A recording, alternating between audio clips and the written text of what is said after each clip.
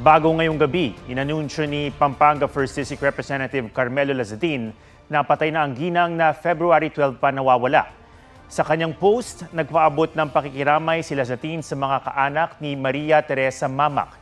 Handa raw magbigay si Lazadin ng pabuyang 200,000 piso para sa impormasyong makapagtuturo sa salarin. Batay sa impormasyong nakuha ng GMA Integrated News, nakita ngayong hapon si Mamac na ibinaon sa isang hukay sa bakuran ng kanyang bahay. Tumanggi ang pamilya na magbigay ng pahayag bagamat kinumpirma nilang si Mamac ang nasa hukay. Suot din daw nito ang damit noong huli siyang nakita. Noong Huwebes, February 12, nakita pang nakauwi si Mamac sa kanilang bahay habang sakay ng MPV. Bandang alas 7:30 noon, nang may tila sigaw na narinig sa CCTV ng kanilang bahay. May nakita ring mga bakas ng dugo sa pader at ilang gamit sa kanilang bahay.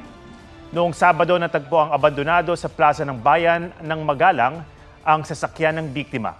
Hindi pa mahanap ang driver ng pamilya ng ginang na huling nakita sa CCTV ng compound noong ding February 12.